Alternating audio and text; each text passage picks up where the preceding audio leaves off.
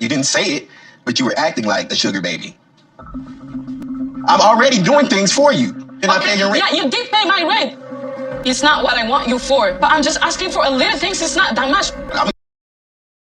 You know what though, when he said that he paid her rent, I was like, ooh, this is interesting. Oh, this is taking an interesting turn. For a man that always complains about his financials, he was still going out of his way to pay her rent. I'll get you what you need, but I'm not always going to get you what you want.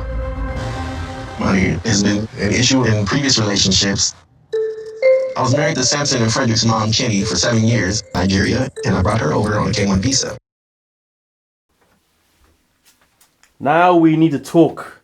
We need to have a conversation. Now is where things get interesting. So basically, we have now discovered that, or at least I have discovered, that Rick is nothing but a passport bro. Because there's a pattern here, you see. Pattern number one, as we can see, is that his wife of 7 years with the kids they have was from Nigeria. So that means this is the man that went there.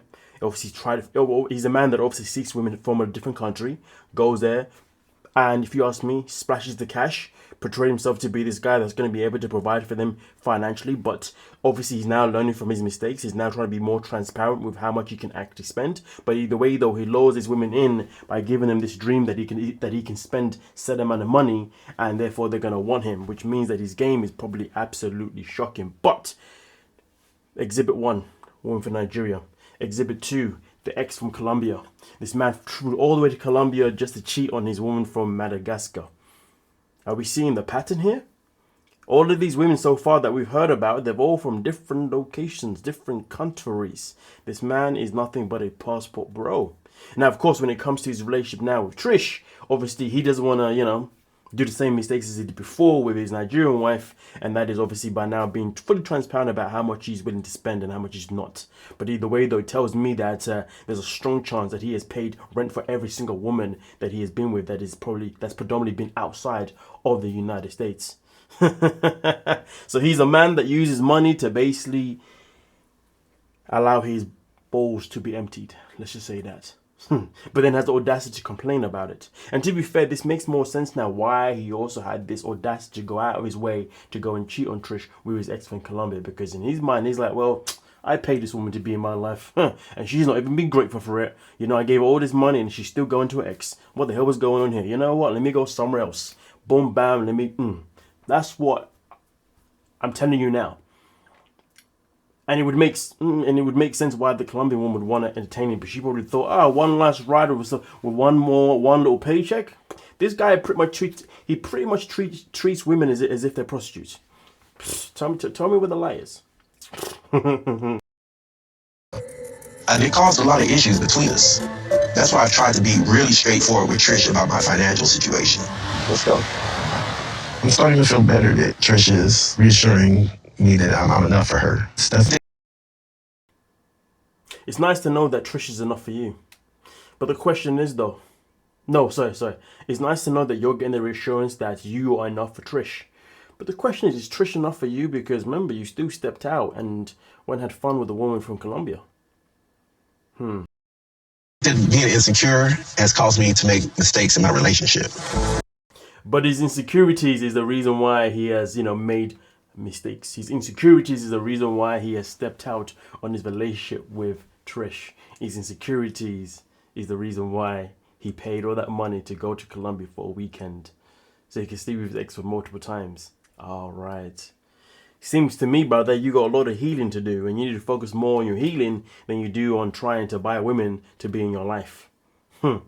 Rick is a nasty piece of work, but to be honest with you, he wasn't even the most triggering male of this episode.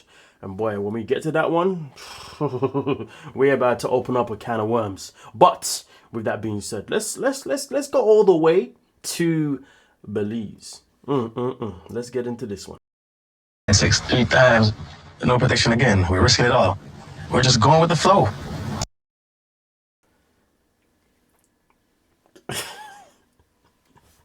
Ladies and gentlemen, let me just tell you something real quick. Let me just give you a quick little reminder. So the first time we saw Stig and Aviva together in the same country, what happened? They slept together, which is fine. But they slept together unprotected, which again, your choice, it's fine. And also have no fear of having a child. Again, your choice, absolutely fine. But after that happened, what did Aviva then come out to say? What did she then decide? What did she then discover? Well, she discovered that the words that Stig told her wasn't exactly 100% just the words that he's told her. It's words that he's told women in the past, because she found out that he had told his ex prior to her that he also wanted to marry her. He also wanted to have kids with her, which again isn't a bad thing. The only thing is though, when he told Aviva that he wanted to marry her and have kids with her, he made her feel as if she's the only woman he's only ever said that to you. He's made her feel as if she was on this pedestal, as if she was the one that's come in his life and that has been different to the ones in the past. So of course, when she found out this information, it definitely was information that she sat on. But when she did confront him, he did then play it down and say, well, of course I said that because blah, blah, blah, blah, blah. Which, to be fair, in all respect, his response was good and it did make a lot of sense. But you would think, if you've now been in a relationship with a man who has not been 1000% transparent with you, you would now make sure that you move with caution. You would make sure that he's not trying to use you, that he's not trying to impregnate you for the sake of whatever. But instead of doing that, what did she do? She went straight back in the bed with him and continues to have intimacy with him without protection. Which then brings me to wonder, what the hell are these two doing? Well, let's just say when it comes to Stig, I genuinely believe he wants to marry her and get her pregnant because he wants to trap her by getting her pregnant. So therefore, she has no choice but to then bring him to the United States of America. Don't get me wrong, she could still bring him by just marrying him without the child. But I feel like the child for him is something that really stamps on that certainty even more. Okay, but he's put in a position where she may not want to be a single mom, because we don't know what conversation they've had in private. So he may be using this against her without her actually knowing. But here's the thing though, this is why I believe he's trying to get her pregnant ASAP. But you see, when it comes to her though, why is she trying to also get pregnant? Well, we'll get to that one by the end of this video. Well, the end of this segment. Let's continue. What the is Aviva doing? Partying. Having the time of their lives. And Aviva, head down, in her phone while I'm saying. Let's not get it twisted though. In life, there is something called accountability. Aviva's reactions or actions, shall I say, right now aren't exactly, she's not doing them out of spite. She's doing it for, if you ask me, a very good reason.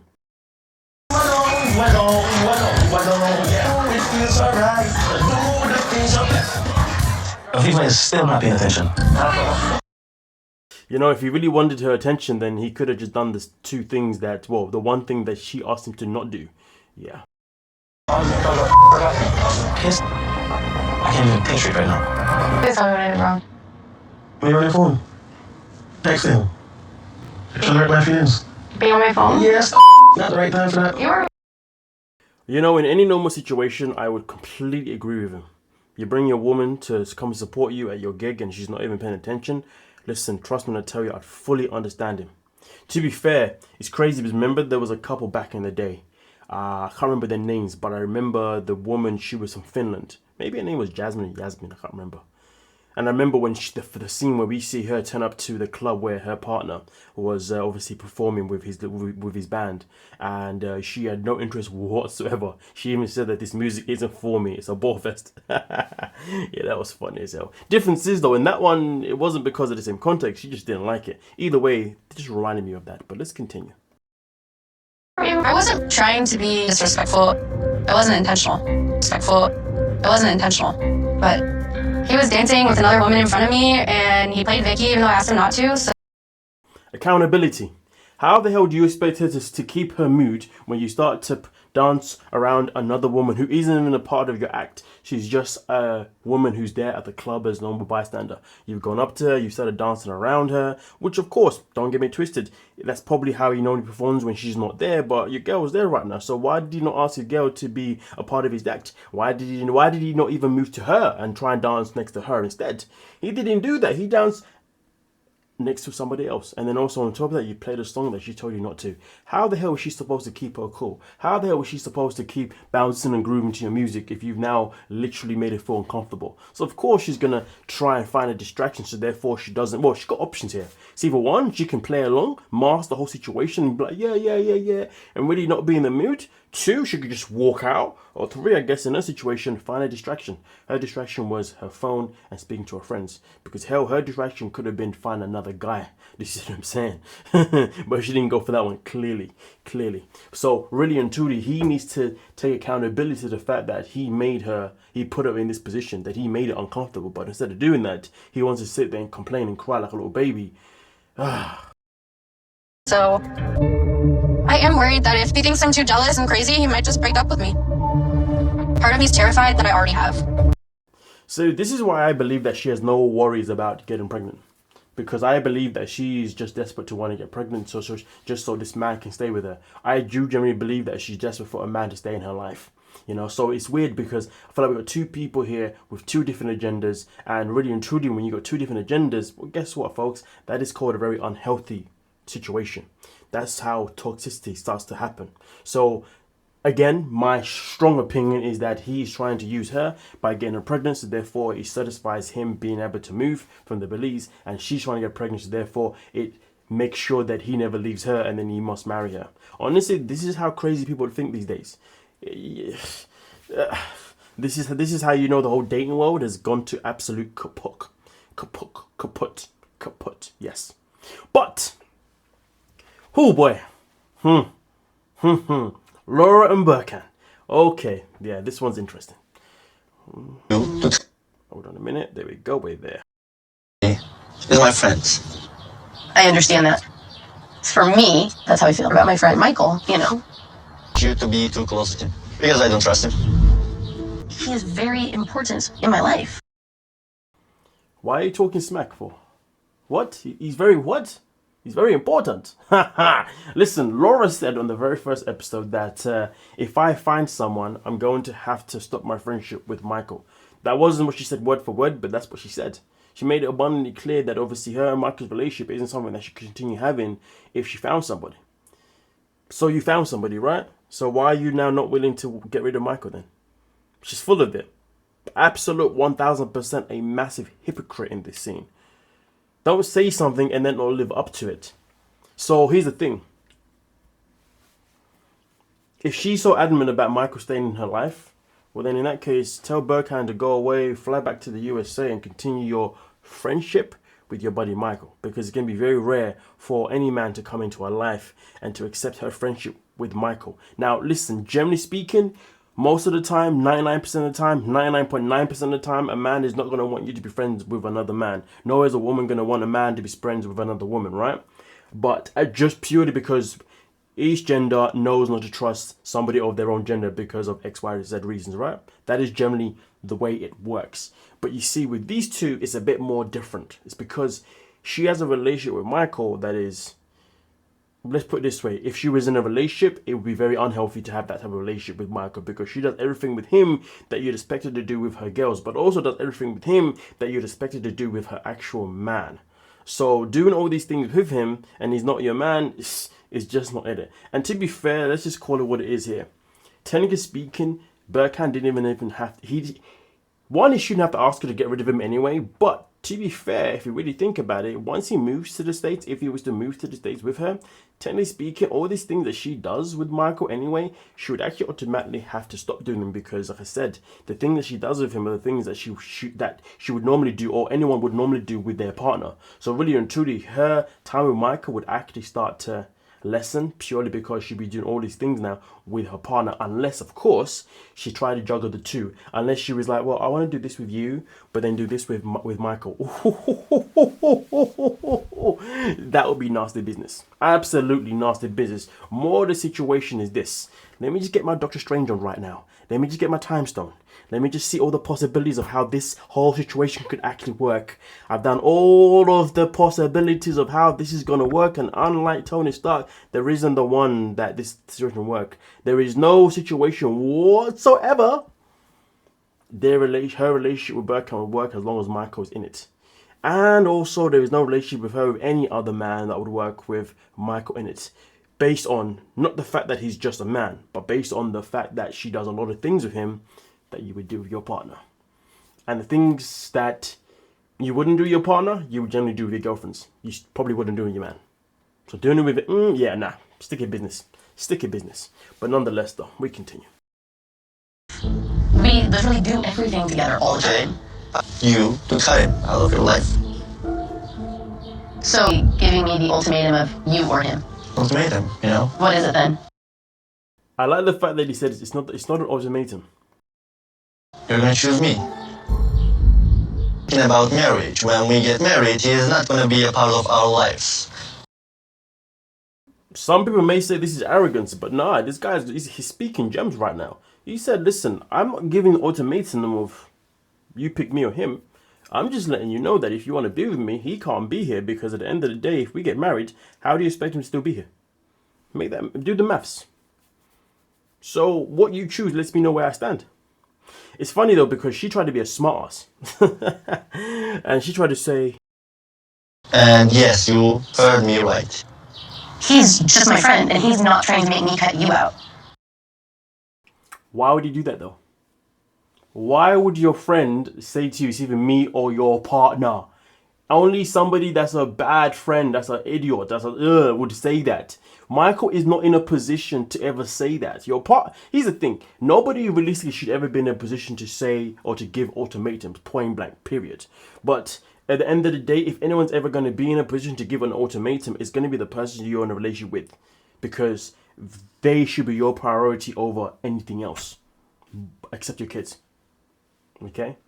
Maybe family members, give or take, you know what I mean? So really and truly, why would Micah do that? Honestly, that is going to be one of the most dumbest things that she's ever said and I've ever heard on this show. But Michael doesn't, because he's your, you clown. Please know that Burkhan doesn't love the fact that Michael and I are friends.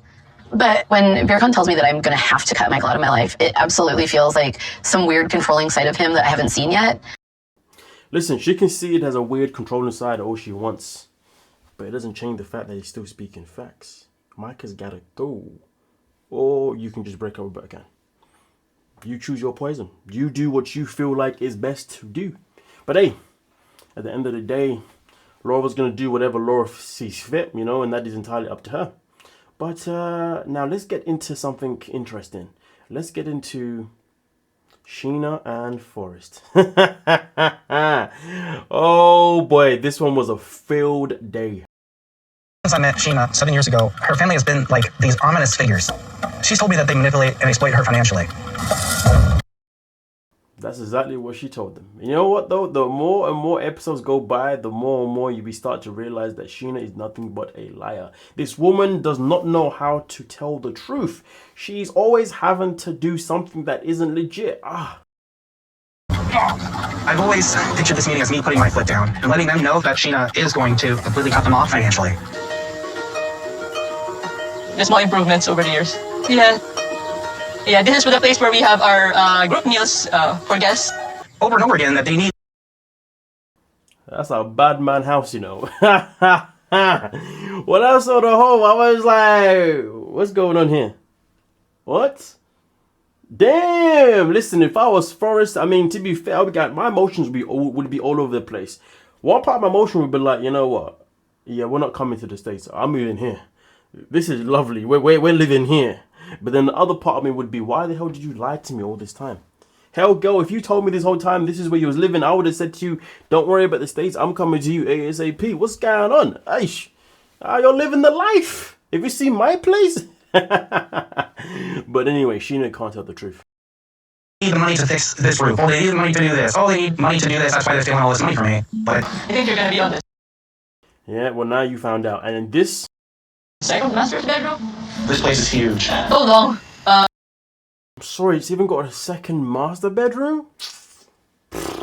True, to be fair though, they say second master bedroom, so that means there could be a third. There could be a fourth. We're not really sure if we're gonna meet in person. Okay. A lot of it had to do with finances. I don't make that much money, unfortunately. Just eat, babe. Enjoy your meal. Did you notice that? She said, just eat, baby, enjoy your meal. That was her saying, shut the F up. Because she likes to be secretive. She likes to withhold things. Now, don't get me wrong. This tells me that there's something that's happened in her upbringing that's always put her in a position where she feels like she can't always be 1000% honest. Clearly, obviously, there was a time in life when she was an honest person, but I guess it didn't get her nowhere. So now she just believes she should walk in life by being very vague and revealing things whenever she sees fit. It's quite sad because, again, that really does expose that there's something that went wrong with the way her parents parented her. They obviously made her feel a certain type of way. Because obviously anything that we do, there's always a root, and the root usually always starts back at home. But either way, though, that was her saying, shut the hell up. Eat your food and be quiet. You're doing too much. This is why I want you to come here without your mum first, because I know she's going to do too much. So how about you just do the good guy act this today, and then tomorrow your mum can do the rest of it. Okay, yeah. So, this is kind of employed right now. Receiving disability. Disability for what? So, I have autism. I have problems talking with others. Like, right now, I'm having a terrible, awful time. Be able to get a full-time job. I just want the world to read about her. And I was... You know, the thing that I find interesting, though, why is he... Maybe he's finding it hard to talk to the family right now because he's been so taken back by Sheena's lies. It's probably why. It's probably got him feeling rather overwhelmed. Hoping I could get your blessing. If I need help, how will you survive, no? Good job. Yeah. Proper job. I have the energy, I have the drive. I just want to make sure you guys know I'm completely and totally serious. I'm going to be... Isn't it funny how people can sit there and say, oh, I don't have a job because of said reasons. But then all of a sudden you'll be like, yeah, I don't have a job, but because... So I don't have a job because of my disabilities. But don't worry, if I get the blessing to marry your daughter, I'm going to find a job because I've got the energy. Whoa. So now you got the energy to go find a job? Now you got the energy to be able to get a job and actually be able to stay in a job? What the hell is going on here? Where was this energy this whole time? Oh my days. The way people just come up with things when they need to is crazy business. Working full time. I should be happy that I got their blessing, but I feel like Sheena hasn't been 100% honest with me. It's not the same as what I've been hearing for the last 7 years. Well, buddy, you're the one that's choosing to still stick around. Yeah, next week's going to be explosive. It is going to be explosive. Because that mother is not going to shut the hell up. Yeah, I just hope that she doesn't fall out with Sheena's parents due to Sheena's lies. Sheena has been telling different people different stories, and that is not good for business. Damn. It's a shame because it seems as if she's come from a very good family. Seems very key thing. Because a lot of times, a lot of us can seem like we come from somewhere good, but it doesn't mean that we do come from somewhere good. But now it's time to get into the next one. We started off this whole thing with Rick the prick. Mr. Passport bro, Mr. Infidelity. Well, now we're into a guy who I believe that probably triggered a lot of viewers when they watched this episode. And if you haven't watched the episode and you're going to find out right now for the first time, please proceed with caution. So, there are many women who have had experiences with men from Nigeria. And a lot of those women also obviously therefore speak about Nigerian men in a very ill manner. Now, here's the thing. Some women they hear stories, but they're like, nah, listen. I'm still going to give this guy a chance because, you know, he just makes me feel good. You know, and I believe that I'm different. I'm the one that's going to be the one to not have to go through the trauma that other women have been through. So, ladies who have never been in a relationship with the stereotypical, keyword, the stereotypical Nigerian man that is spoken about in such a negative quotation, negative way. You are about to witness some of the examples of that type of man in this scene with this dude. Let's get into it. In caregiving, I know what kind of germs get under your fingernails. It's one thing to eat with fufu. It's another thing to dip your fingers into the soup, scoop it up, fry. That's just nasty. You know, I only have one thing to say about this one. So, do you not wash your hands? Like, yes, we are very aware of the amount of germs that we all have in our fingernails, all that gibberish, but if we didn't wash our hands on a daily basis, well, guess what? All these germs would have killed us all off, like, ages ago by now. Do you see what I'm saying? Like, a lot of us wouldn't be able to live for a certain amount of years, like... And the interesting part is she started this off by talking about how obviously I have a nursing background and I know exactly... Oh, dear Lord. Well, you should have known that you clean your hands. But anyway, we continue. That's go on. That's I did, I tasted it. Uncle. My uncle. Huh? I can't say that. What does it mean? My uncle. My uncle. Oh. Call it very well. No, My uncle. no. Oh, Stop raising your voice. So you see how obviously he starts to raise his voice in this situation. To be fair, this is so uncalled for. Because she couldn't pronounce something, like, bruh, have you heard her accent? The woman has probably never even left America, you know what I mean? Like, let's just call it what it is. Of course she's probably going to struggle with pronunciation of a word to begin with. But there was just no need for the level of aggression that he then uses. Like, why are you getting so loud for? But why is he doing this? Well, here's the thing, folks. He's now trying to test the waters. Trying to test the waters of how desperate is this woman to stay in my life. Okay? How much can I push her and she's not... How much can I push her without her ever pushing me away? Or walking away from me? Pay attention. Call it again. Hey, hey, don't talk to me that way. Huh? I think you're not drunk. What is that? I thought you're drunk. I took one sip. It doesn't matter. Just a drunk can make you... No, I'm not. How can I sleep? You know, the level of disrespect in that scene was crazy, to be fair, man. Whoo, boy, imagine, hey. This is a control thing with Daniel right now. I understand that he's pushing me really hard to do things a proper etiquette way. No, dearie, he's not pushing you to do things in a proper etiquette way. He's pushing your buttons to see how far he can push you. And also, not only is he trying to figure out how far he can push you, he's trying to figure out how far can he push you, but then also be able to have the power to reel you back in, which is something that we will witness later on in this clip. Let me see. You want to see me walk? Yes. Are you walking normal? Watch me walk. You're walking normal. Oh, come back. The way he asked her in a restaurant, he asked her, let me see you walk. Like, he's the one that gave her this palm wine, okay? And again, she definitely didn't drink enough to get drunk, but unless it's some hella powerful stuff. But then have the audacity to ask her in the middle of a restaurant, oh, I want to see you walk in a straight line as if he's the freaking police. Rah, that's insane.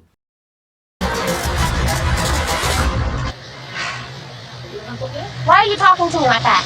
You raised your voice, you put your hand in my face. No, I know if you're falling asleep. That's why I did like this.